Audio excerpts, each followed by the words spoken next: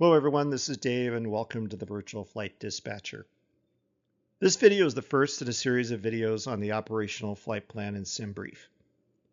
This one will be a little longer than most. I considered splitting it into separate videos, but I decided it's better to give you one in-depth presentation. I'll also use PowerPoint as the presentation format. Each slide builds on the previous one, making it easier for you to follow along and stop whenever you like. So now let's delve into the topic of weather for flight planning.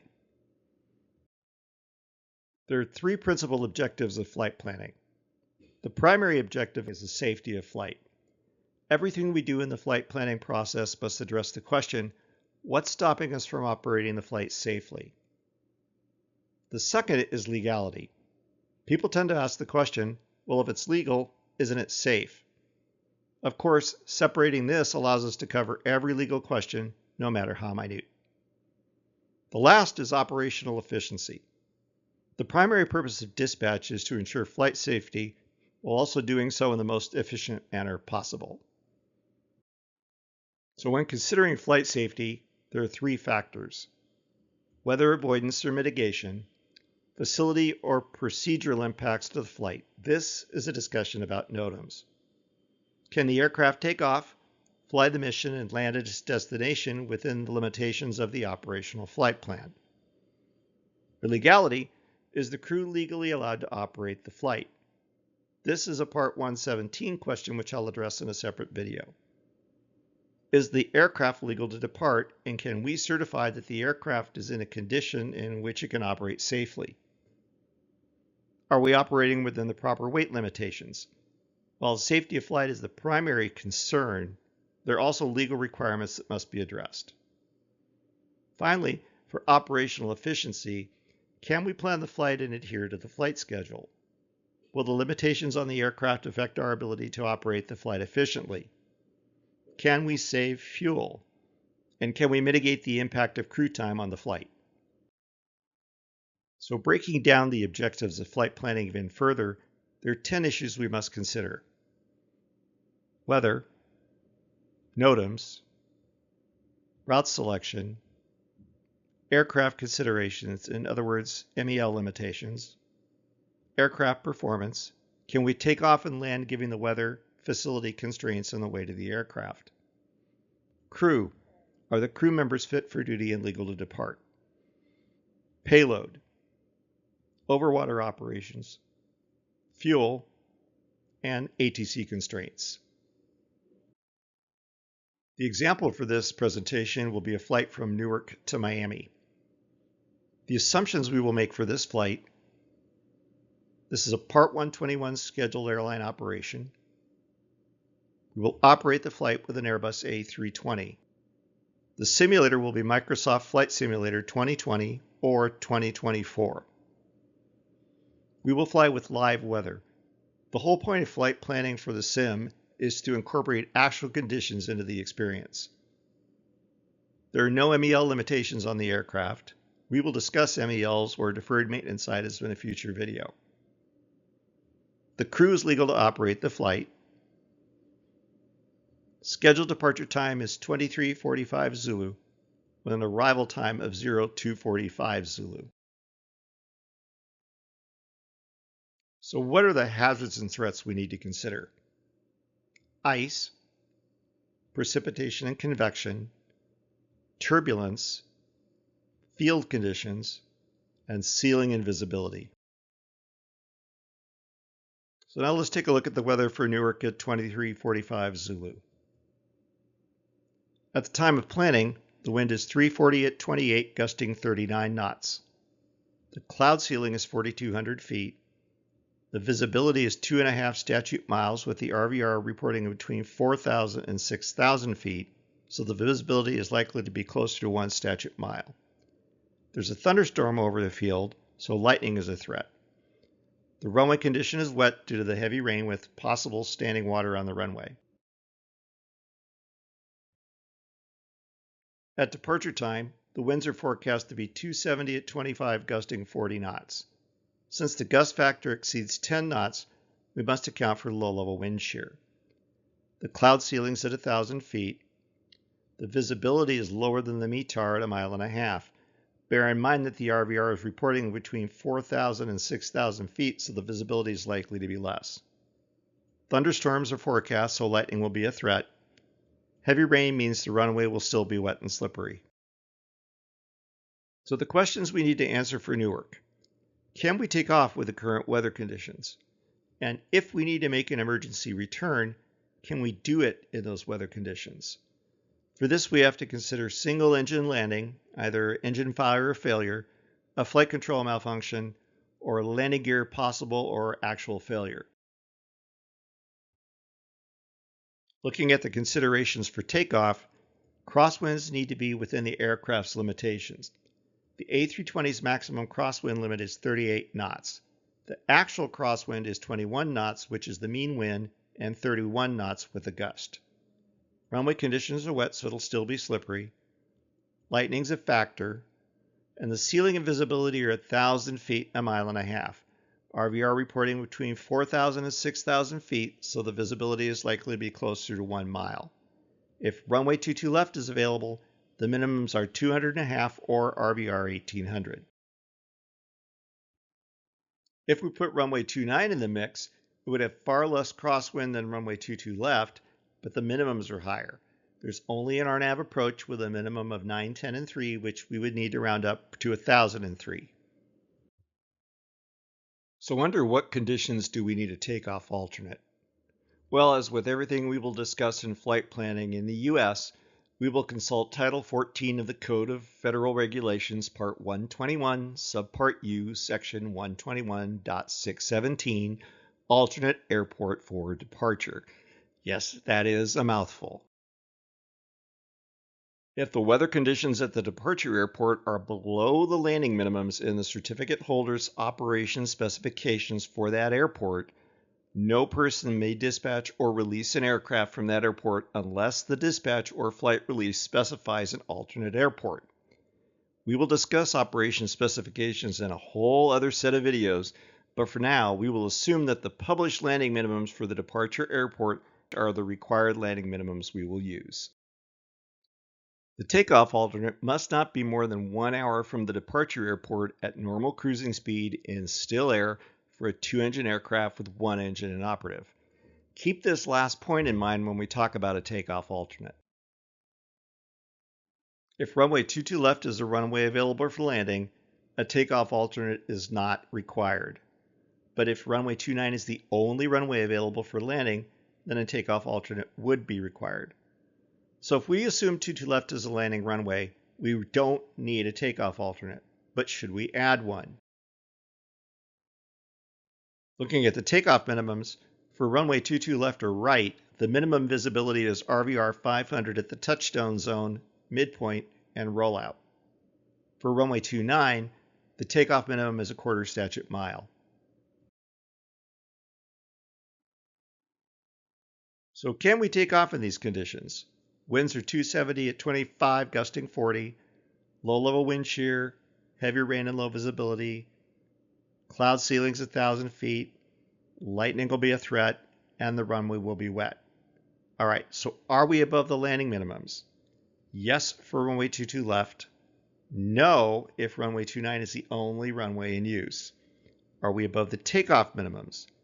Yes for 22 left or right, the RVR is 500, and for runway 29 it's a quarter statute mile. So yes, we are above the takeoff and landing minimums. A couple of other considerations. We cannot take off into a thunderstorm.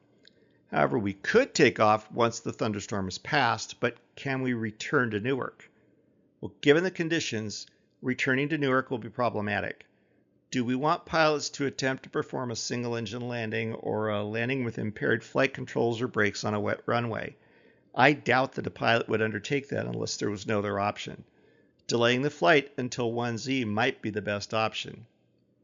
So do we need a takeoff alternate? If 22 left is available, no. If 29 is the only runway available, yes, but no return to Newark will be possible. Delaying the flight until 1Z may be a smart idea. Let's circle back and take a look at the takeoff alternate. The considerations we have to discuss, as we looked at before, it has to be within 1 hour flying time from the origin airport in still air with one engine out. Do the ceiling and visibility at the alternate meet weather requirements? Let's assume that your operation specifications allow the use of 401 or 602 as your alternate weather requirements. Does a more distant alternate provide better conditions for a single engine or other equipment impaired landing? I've selected Baltimore as a potential takeoff alternate with an arrival time of 0045 Zulu. The conditions: light winds, a dry runway, it's less than an hour flying time from Newark. The ceiling and visibility are well above the alternate minimums of 401 or 602. So why not JFK or Philadelphia? Well, if there are thunderstorms over Newark, there's most likely to be a thunderstorm over JFK. While we could list it as a takeoff alternate, why would we list an alternate that would require diversion back into that weather? For Philadelphia, there'll probably be gusty winds and low level wind shear. Not ideal either.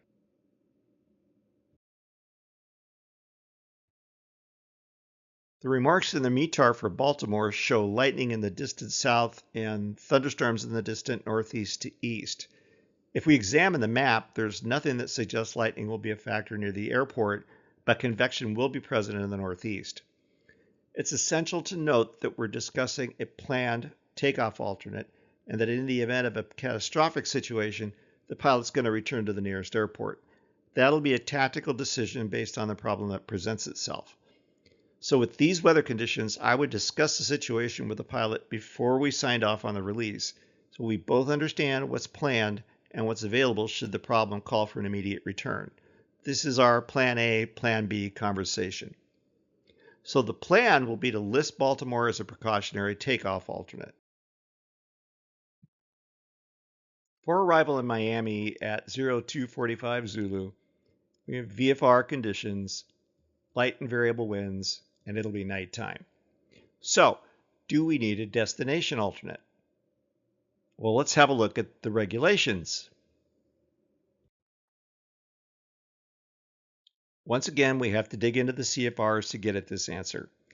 There must be an alternate airport listed for every flight,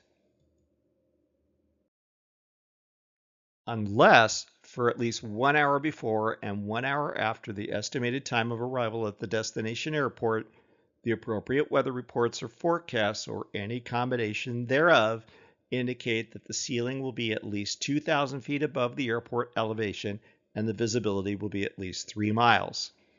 For the purposes of paragraph A, the weather conditions at the alternate airport must meet the requirements of 121.625. So let's look at 121.625. No person may list an airport as an alternate airport in the dispatch or flight release unless the appropriate weather reports or forecasts, or any combination thereof, indicate that the weather conditions will be at or above the alternate weather minima specified in the certificate holder's operation specifications for that airport when the flight arrives. Another mouthful. For our purposes, we will have OpSpec C55, which allows us to use the 1 nav aid, 2 nav aid rule. Without getting into the weeds about what that is, the requirements are 401 if 2 nav aids are available and 602 if there's only 1 nav aid available. So hazards and threats for Miami: no ice, no obscuration, no precipitation or convection. Ceiling and visibility are well above landing requirements, so no alternate will be required. Wrapping up the analysis for the origin and destination airports, at Newark at 2345 Zulu, we have a thunderstorm over the field, high winds, low visibility and ceiling, heavy rain, and a wet runway. We do not need a takeoff alternate if runway 22 left is in use, but we will add Baltimore as a precautionary takeoff alternate. The best plan would be to delay the departure until after 0100 Zulu. At Miami, at 2045 Zulu, the conditions are VFR, light winds, nighttime, no alternate is required. Now looking at the en route portion of the trip, the hazards and threats are the same. Ice, turbulence, convective weather, obscuration, and now we will add airmets and sigmets. There are icing conditions on the route. An icing forecast is in effect between 11,000 feet and flight level 240 from Newark just to the north of Baltimore, so we can expect moderate icing in the climb. The aircraft must be able to fly in icing conditions. Looking at en route turbulence, there's no turbulence forecast at flight level 270 until Central Florida. However, there is light turbulence extending from Newark to Abeam Savannah at flight level 350. The turbulence forecast on the significant weather chart shows moderate turbulence between flight level 190 and flight level 450, primarily to the north of Palm Beach. This is supported by the turbulence forecast map layer, which shows light to moderate turbulence in the same area at flight level 270. For convection along the route, the forecast significant weather chart shows some area of rain showers and possible convection to the north of Miami. For obscuration, expect clouds in the climb through flight level 240, and over central Florida, clouds are associated with that area of convection, flight level 340 and lower. What are airmets and sigmets? An airmet is a weather advisory issued to alert pilots of potentially hazardous conditions. They're issued every 6 hours or more if the weather situation demands it. They provide a general overview of weather in a large area, and they help pilots to identify potential hazards or potential impacts along the route of flight. Airmets are not based on PIREPs. On the other hand, a sigmet is a weather advisory that alerts pilots to severe or extreme conditions that can pose a serious threat to flight safety over a wide area. Sigmets are issued as needed and have a shorter validity period than airmets, typically 4 hours. Sigmets have PIREPs to support them. The difference between an airmet and a sigmet is the level of alert for the pilot. They're both advisories. An airmet is only hazard information, while a sigmet is a warning to pilots. There are 3 types of airmets that cover different aspects of weather.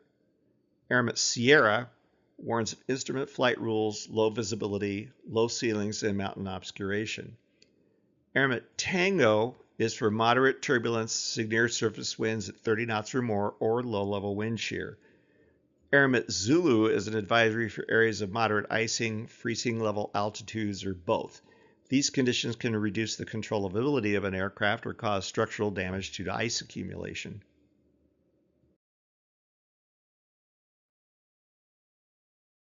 There are 4 types of sigmets that cover different aspects of weather that can endanger flight safety. A convective sigmet warns of severe thunderstorms, tornadoes, hail, or heavy precipitation that can produce severe or extreme turbulence, low-level wind shear, or microbursts. Turbulence sigmets warn of moderate, severe, or extreme turbulence. Icing sigmets are issued for areas of moderate, severe, or extreme icing. Obscuration sigmets are less frequently seen. They represent dust storms, sandstorms, volcanic ash, or any hazardous phenomena that can reduce visibility to less than 3 miles. In this example from the Aviation Weather Center, we see multiple airmet zones for icing, turbulence, and obscuration. The areas I've circled include all 3. The specific zone I selected as advisories for icing from 4,000 feet to 15,000 feet, and turbulence from 18,000 to 42,000 feet. As you can see, these areas are quite extensive, spanning from Texas to New England. Sigmets for the same period. There's a sigmet for occasional severe turbulence from flight level 190 to flight level 300 associated with wind shear caused by the jet stream. You'll notice it's a much smaller geographic area. The conditions were reported by an aircraft and are valid until the 4th at 0112 Zulu, with conditions continuing beyond 0112 Zulu. We would want to avoid flight level 190 through flight level 300 in that area. If we return to the route, we see that there are no airmets published. However, there are several sigmets. The first is in Miami Center between Daytona Beach and Palm Beach with tops to flight level 440. As they're not so far inland, it may be possible to route around them.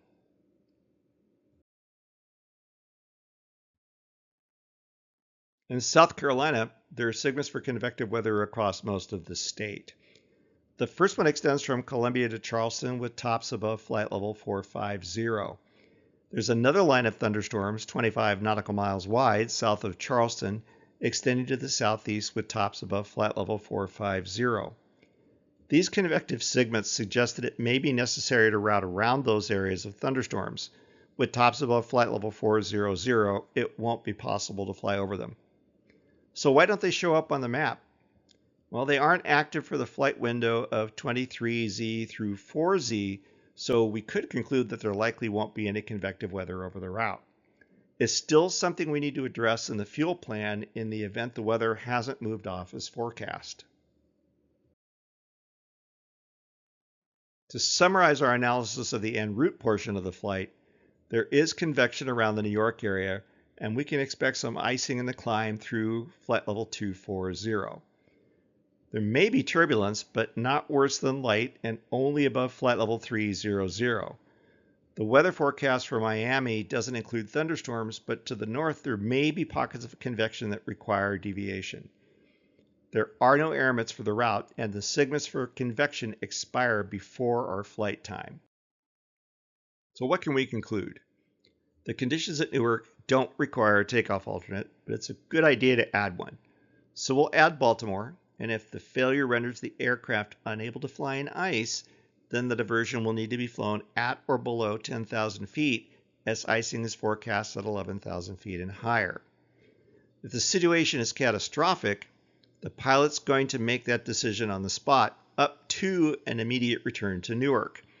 If he diverts south and Philadelphia becomes a viable option, we'll offer it en route. We would discuss this and agree to the plan before the release is finalized. But the best option may be to delay the flight until 0100Z when the local weather improves. On the other end, the weather in Miami is fine. We can expect moderate icing in the climb, and that's acceptable if anti-ice is working on the aircraft. It's better to file lower, flight level 280, to avoid encountering turbulence higher. There are segments over South Carolina and Florida that expire before flight time. There is a segment area over Central Florida which may be extended, so greater caution will need to be exercised in case deviations are needed. The en route weather doesn't suggest the need to change the route for these segments, but it would be advisable to add fuel for deviations. To summarize, we examine the actual and forecast weather at the origin, destination, and alternate airports, as well as actual and forecast conditions along the route. Additionally, we assess hazards and threats including turbulence, icing, convection, obscuration. Weather is the first consideration in flight planning. It's not the only one. In future videos, I'll discuss the other aspects of flight planning. There's a lot that goes into each flight, and once the pieces are put together, you'll be able to plan a flight in real-time weather, which will take your flight sim experience to the next level. So now the call to action. If you like this video, please give it a thumbs up. Conversely, if you hate it, then you also know what to do. Please leave a comment about what you liked or didn't like, or if there's something you felt I needed to add or needed to omit. Please subscribe and hit the notification bell. When you do, you'll know right away when the next video is uploaded for you to watch. Finally, I want to thank you all for taking a part of your day to watch my video. I do hope you got something out of it, and until the next video, please remember, plan the flight and fly the plan. If you do, you'll fly smart and fly safe. Take care.